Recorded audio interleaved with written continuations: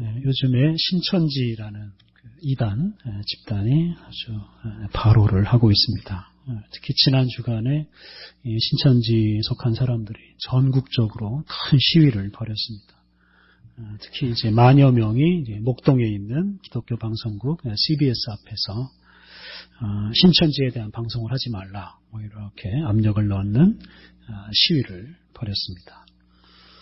인터넷으로 그들이 시위하는 모습을 좀 봤는데요. 마치 북한에서 북한 군인들이 그 열병식을 하는 것처럼 아주 일사불란하게 움직이고 일사불란하게 소리를 지르는 그런 모습을 보았습니다. 그런 모습을 보면서 역시 이단이구나, 뭐 이런 생각을 보았습니다. 만여 명이 뭐 거의 군대식으로 움직이고 뭐 큰 소리를 지르는 것이 어떤 사람들에게는 뭐 위협적으로 보일 수도 있겠지만 어떤 사람들의 눈에는 그냥 좀 이상하고 우습게 보이기도 할 것입니다.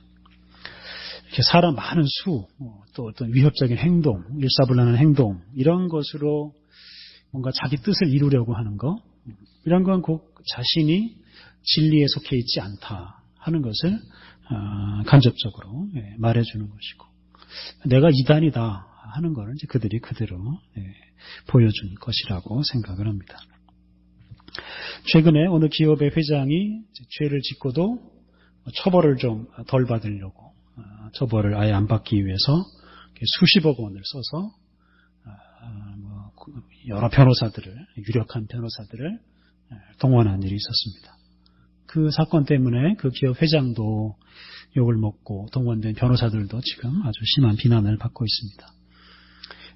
자기에게 잘못이 없다면 굳이 그렇게 많은 돈, 많은 사람을 동원할 필요가 없습니다. 떳떳하면 아무 일도 하지 않아도 되는 것입니다. 그런데 이렇게 수많은 사람을 동원하고 수많은 돈을 사용함으로써 뭔가 자기가 대단한 사람인 것처럼 이렇게 드러내는데 사실은 그 이면에는 그걸로 뭔가 자신의 잘못을 덮으려고 하는 한편으로는 참 아주 비겁한 그런 행동입니다.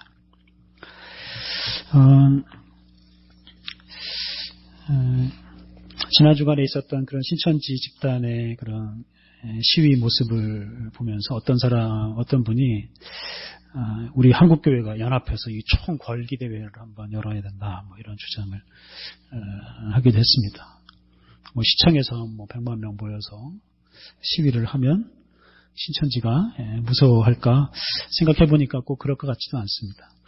이단하고 똑같아지는 그런 행동이라고 생각을 합니다.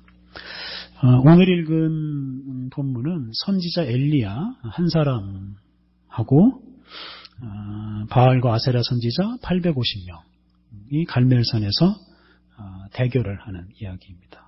그러니까 850대 1의 싸움입니다. 뭐 이런 싸움의 승부는 우리가 충분히 예측을 할 수가 있지 않습니까? 850대 1로 싸우는데 한 명이 850명을 무슨 수로 이길 수가 있겠습니까? 근데 이제 승부가 정반대로 나지 않습니까? 오늘 우리가 엘리야 선지자에 대해서 세 번째로 말씀을 묵상하는 시간입니다. 엘리야는 아합이라는 왕이 다스리던 시대에 활동했는데, 아합 시대는 이스라엘 역사에서 가장 악한 시대, 가장 하나님을 배반했던 시대입니다. 그래서 이 아합의 시대에 가나안 사람들이 섬기던 신 바알과 아세라가 국가의 공식적인 종교가 됩니다. 그래서 그 수도 사마리아에 바알과 아세라를 위한 성전을 짓습니다. 그러니까 이런 일을 참지 못한 엘리야가 이제 아합을 찾아가서 아합의 죄를 책망하고 자신의 말이 있기까지 수년 동안 비가 오지 않을 것이다, 이런 말을 하고 엘리야는 떠났습니다. 그리고 이제 엘리야의 말대로 이스라엘에는 이제 비가 오지 않았습니다. 네, 오늘 30절부터 읽었습니다만 본래 1절부터 읽어야 됩니다. 18장 1절을 보면 이제 많은 날이 지나고 제3년이 되던 해,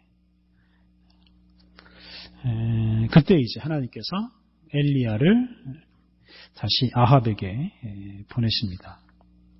하나님께서 이제 비를 내리시기 전에 이제 아합에게 엘리야를 보내서 당신의 말씀을 전하게 하십니다. 이것은 이제 비가 내리는데 비가 내리는 것이 하나님의 섭리다라는 걸 알리기 위한 겁니다. 그리고 이제 지금까지 비가 내리지 않은 것도 하나님이시다. 이걸 이제 깨우치기 위함입니다. 특히 하나님께서 비를 오게 하시기 전에 이런 아합의 죄를 깨닫게 하시기 위해서 엘리야를 보냅니다. 근데 사실 엘리야는 지금 죽을 수도 있는 위기입니다. 아합은 엘리야를 잡으려고 전국에 사람을 다 보내놓은 상태이고 그렇게 자기를 죽이려고 하는 아합을 이 엘리야가 찾아갑니다.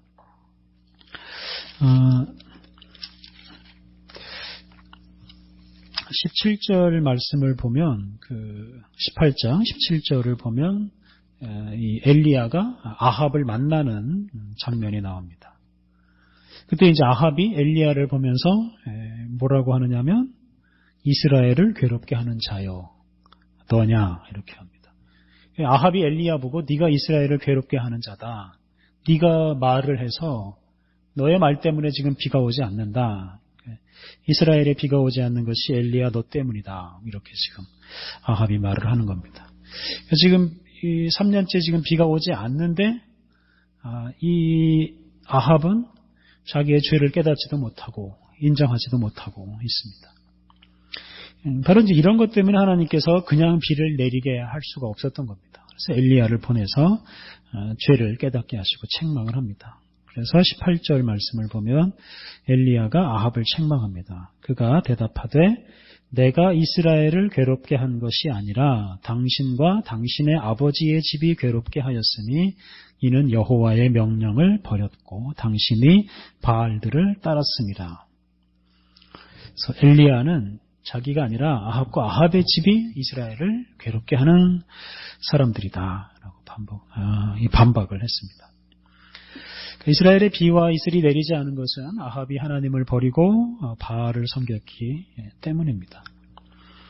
이것을 지금 엘리야가 아합에게 분명하게 말합니다. 방금 말씀드린 대로 지금 아합은 지금 엘리야를 죽이려고 하는데 지금 엘리야는 그 아합 앞에 가서 아합의 죄를 아주 신랄하게 책망을 하고 있습니다. 근데 책망에 그치질 않습니다. 이 그대로 두면 안 되는 이런 상황이죠. 그래서 엘리야가 아합에게 한 가지 제안을 합니다. 19절을 보면 그런 제안이 나옵니다. 아합에게 바알과 아세라를 섬기는 제사장들을 갈멜산으로 다 모아달라. 그러면 그들과 한번 대결을 벌이겠다라고 말합니다. 그래서 비가 오게 하기 전에 엘리야는 이 대결을 통해서 아합과 이스라엘이 누구를 섬겨야 되는지 아주 분명하게 보여주고자 하였습니다. 그러니까 이 아합이 반대하지를 않습니다. 그래서 아합이 20절에 나오는 대로 바알과 아세라 선지자들을 갈멜산으로 다 오게 합니다. 뭔가 이제 자기도 이 국가의 종교로 삼은 상태이니까 뭔가 바알과 아세라 선지자들의 이 제사장들의 이런 어떤 능력을 좀 보여주고 입증하고 싶은 그런 마음이 있었을 것입니다. 이렇게 해서 850대 1의 싸움이 시작이 됩니다. 싸움을 시작할 때 엘리야가 그 싸움을 구경하러 온 사람들에게 이제 말을 합니다. 21절 말씀이 바로 이 엘리야가 이런 싸움을 하는 목적을 분명하게 말하는 말씀입니다. 21절 말씀. 엘리야가 모든 백성에게 가까이 나아가 이르되 너희가 어느 때까지 둘 사이에서 머뭇머뭇하려느냐. 여호와가 만일 하나님이면 그를 따르고 바알이 만일 하나님이면 그를 따를지니라. 하니 백성이 말 한마디도 대답하지 아니하는지라. 지금 엘리야는 하나님도 섬기고 바알도 섬기고 이렇게 왔다 갔다 머뭇머뭇하는 이 사람들에게 둘 사이에서 그렇게 왔다 갔다 하지 말고 머뭇머뭇하지 말고 택해라. 너희들이 한 분을 택해서 따라라 라고 말합니다. 이건 뭐 바알을 택하라는 말씀은 아니죠. 하나님을 선택해서 하나님을 따르라라고 말합니다. 근데 백성들은 그 말을 듣고도 한마디도 말을 대답하지 못합니다. 그만큼 이 아합 시대에 이런 바알과 아세라 숭배에 오염되어 있었던 겁니다. 그러한 백성들 앞에서 엘리야는 누가 참 하나님인지 보여줍니다. 엘리야가 이런 제안을 합니다. 송아지 2마리를 제물로 삼아서 이제 각각 바알 선지자, 바알과 아세라를 이제 바알이 주신이고 아세라는 이제 여신이기 때문에 바알 신이라고 이제 부르는데 이렇게 바알을 섬기는 사람 편에 송아지 1마리 놓고 하나님 제단에 또 1마리 올려놓고 그 제물 위에 하늘에서 불을 내리게 하는 쪽이 이긴다. 이렇게 이제 제안을 합니다. 제단에 불을 내리는 분이 참 하나님이시다라는 것을 함께 인정하자라고 말을 합니다. 그래서 이제 대결이 시작이 되는데요. 25절 말씀부터 보면 이제 바알의 선지자들이 먼저 불을 내리게 하기 위해서 애를 씁니다.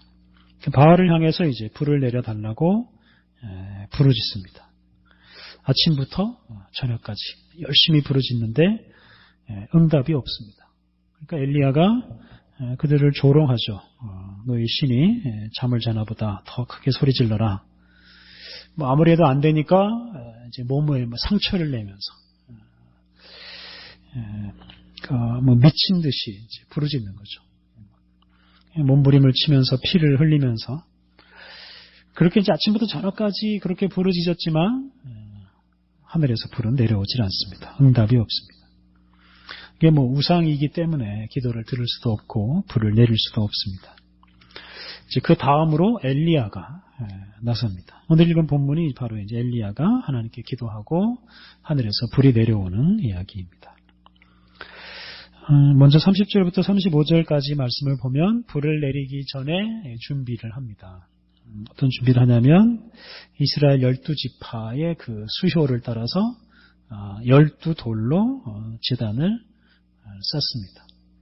그러니까 이스라엘 12지파를 상징하는 게 그 제단이죠. 그 제단 위에 12지파 위에 불을 내려달라 하는 뜻으로 그렇게 한 것입니다. 그리고 엘리야가 또 제단 주위에다가 도랑을 팝니다.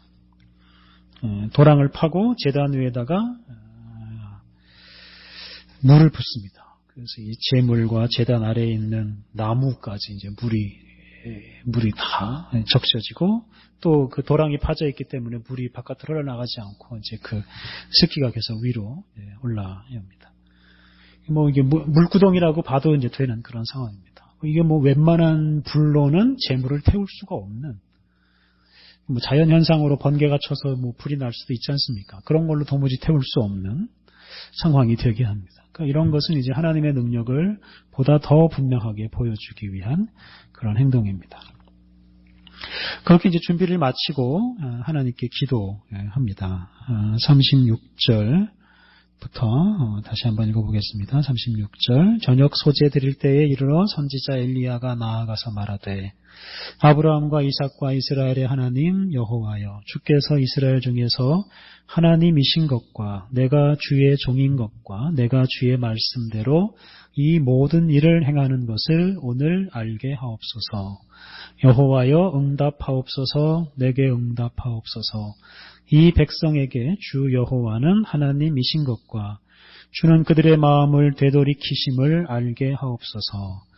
하매 이에 여호와의 불이 내려서 번제물과 나무와 돌과 흙을 태우고 또 도랑의 물을 핥은지라. 그래서 엘리야가 아브라함과 이삭과 이스라엘의 하나님이 참 하나님이신 것을 보여달라고 기도했습니다. 37절 하반절에 나오는 대로 하나님께서는 백성들의 마음을 되돌이키시는 분이심을 알게 해달라고 기도했습니다. 그러니까 지금 하나님께서 당신을 떠난 이 백성들을 그냥 내버려두고 버려두지 않으시고 이들을 다시 돌아오게 하시는 분이신 것을 알게 해달라고 기도합니다. 그러니까 이것은 하나님께서 제단에 불을 내려서 이스라엘 백성들 하여금 참 하나님이 누구이신지를 알게 하고 그래서 다시 하나님께로 돌아올 수 있게 해달라고 라고 기도한 것입니다. 하나님은 엘리야의 기도에 응답하셔서 하늘에서 불을 내려서 이게 재물만 태운 게 아니라 제단, 돌과 흙과 주변 물까지 다 태워버렸습니다. 이 모습을 본 사람들이 하나님을 찬양합니다. 39절 모든 백성이 보고 엎드려 말하되 여호와 그는 하나님이시로다. 여호와 그는 하나님이시로다. 여호와 그는 하나님이시로다. 여호와 그는 하나님이시로다. 이렇게 거듭거듭 하나님이 참 하나님이심을 고백했습니다. 이렇게 해서 하나님을 떠났던 이스라엘 백성들이 다시 하나님께 되돌아오게 되었습니다. 엘리야는 그곳에 있는 바알의 선지자들을 다 잡아가지고 기손 시내로 내려가서 그들을 다 처형했습니다. 이렇게 해서 이제 싸움이 끝났습니다. 이게 참, 이게 850대 1의 싸움이라는 걸 한번 상상을 해보면 여러분 얼마나 이게 외롭겠습니까? 지난 시간 말씀드린 대로 바알과 아세라는 풍요와 다산의 신. 이 신을 섬기는 사람도 풍요와 다산을 아주 중요하게 여깁니다. 아주 많이 생산하고 많이 낳고 이렇게 많은 걸 좋아하는 겁니다. 많은 사람들을 동원해서 이렇게 기도하지 않습니까? 기도도 뭐 대충 하면 안 되고 아주 격렬하게 뜨겁게 기도를 합니다. 수많은 850명이 큰 소리를 지르면서 몸에 상처를 내면서 물부짖으면서 기도하는 모습을 상상해 보십시오. 이게 이렇게 이제 뭔가 사람들을 위협하는 방식으로 기도하면서 엘리야를 위협한 겁니다. 그런데 그런 방식이 엘리야를 이기지는 못했습니다.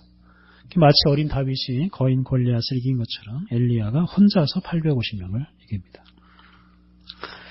그런데 엘리야가 혼자서 또 조용히 기도함으로써 이긴 것이 훨씬 더 의미가 있습니다. 많은 수나 많은 어떤 힘으로 무력으로 이기면 그것으로는 하나님을 드러낼 수가 없기 때문입니다. 그러니까 엘리야가 혼자서 이렇게 많은 사람들을 이겼기 때문에 사람들이 여호와 그는 하나님이시로다. 여호와 그는 하나님이시로다. 이런 고백을 할 수 있었습니다. 그러니까 엘리야가 혼자서 850명을 대항하는 걸 보면서 이건 뭐 누가 봐도 혼자서는 못 이긴다 이런 생각하지 않겠습니까? 그러니까 하나님의 도움이 없이는 이길 수 없다는 것을 누구든지 다 알고 있고 그러기에 하늘에서 불이 내렸을 때 사람들은 엘리야가 아니라 하나님을 찬양했습니다. 이렇게 하나님을 드러내기 위해서 엘리야는 이렇게 많은 수 구애받지 않고 하나님을 믿음으로 싸움을 벌였습니다. 그러니까 엘리야는 오직 여호와 하나님이 참 하나님이시다. 이걸 이제 믿은 겁니다. 이걸 믿고 자기를 죽이려고 하는 아합에게도 나아갔고 850명을 두려워하지 않고 그들에게 대결을 제안하고 그래서 결국은 이겼습니다. 믿음의 싸움이라고 말씀드렸는데 여러분, 이 믿음의 싸움이라는 게 무엇이겠습니까? 믿음의 싸움은 뭐냐면 내가 누구를 믿고 내가 뭘 믿느냐 하는 싸움입니다. 우리는 뭘 믿고 우리는 누굴 믿고 사느냐 이게 우리 인생에서 정말로 중요합니다. 그러니까 우리가 누구를 믿고 우리가 무엇을 믿고 사느냐 이것이 이제 우리의 인생의 승패를 좌우한다라고 생각하시면 좋겠습니다. 엘리야와 우상 숭배자들의 대결은 이제 기도하는 대결 아니었습니까? 그런데 이 기도 대결은 기도의 방법의 대결이 아닙니다. 그러니까 뭐 누가 기도를 잘하느냐, 누가 더 기도를 뜨겁게 하느냐, 누가 더 기도를 오래 하느냐, 어느 쪽에 더 많은 사람들이 기도하느냐, 이런 것들은 하나도 중요하지 않습니다. 이 기도에서 가장 중요한 게 무엇입니까? 그 기도를 누구에게 하느냐, 이게 제일 중요합니다. 기도를 누구에게 하느냐. 그러니까 바알과 아세라를 향해서 하는 기도는 이게 공허한 기도입니다. 아무리 오래 해도 소용없고 아무리 열심히 해도 소용이 없는 기도입니다. 아무리 많은 사람들이 집단적으로 모여서 해도 소용이 없습니다. 바알과 아세라는 우상이고 그렇기 때문에 그 기도를 들을 수가 없습니다.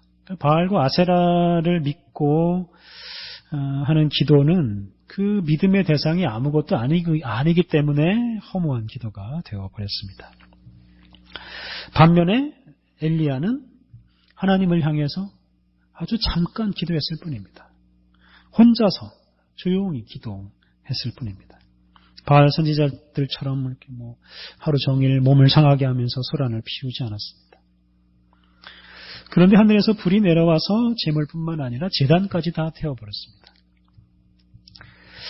엘리야의 기도는 왜 그렇습니까? 엘리야는 기도를 하나님께 했기 때문에 그렇습니다. 하나님을 믿고 기도했기 때문에 그렇습니다.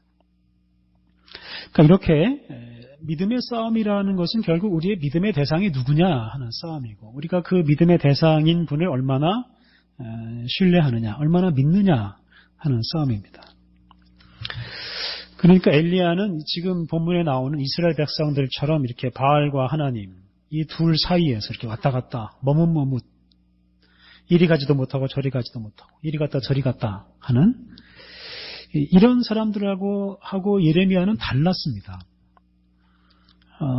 예레미야는 오직 하나님을 믿었습니다. 그리고 하나님을 믿기 때문에 목숨을 걸고 지금 아합과 싸우고 바알 선지자들과 싸웠습니다. 그리고 그런 믿음으로 기도함으로써 하늘에서 불이 내려오고 하나님의 뜻이 이루어졌습니다. 결국 이것을 통해서 누구를 섬겨야 할지, 누구를 믿어야 할지 이것이 이제 분명하게 드러났습니다.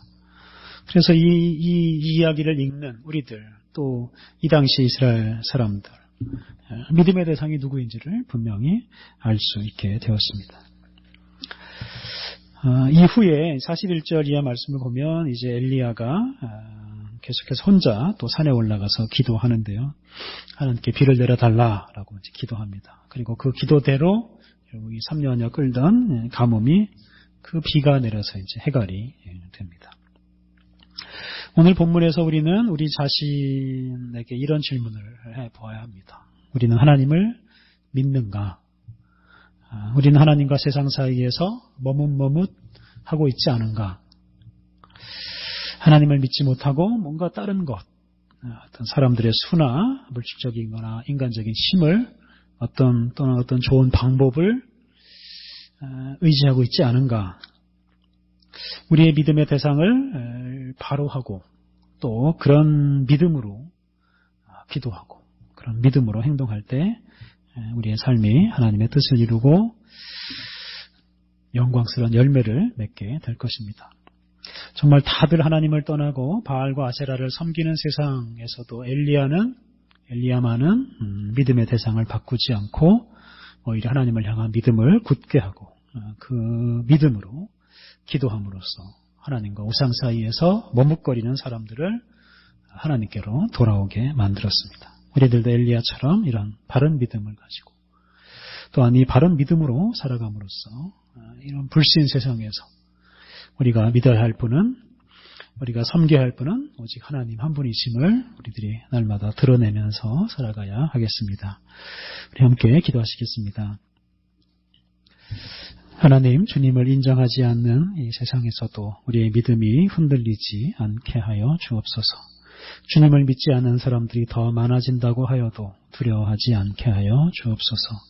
엘리야 한 사람을 통해 온 이스라엘이 하나님을 다시 인정하게 되었듯이 믿음으로 바로 서 있는 한 사람의 능력이 얼마나 위대한지를 우리의 마음 깊이 새기고 우리들이 그런 위대한 믿음의 사람이 되고자 애쓰게 하여 주옵소서. 아버지 하나님, 우리들이 주님을 향한 믿음을 굳게 하고 인내하며 기도함으로써 온 세상에 주님의 영광을 드러내며 살게 하여 주옵소서. 예수님의 이름으로 기도드립니다. 아멘.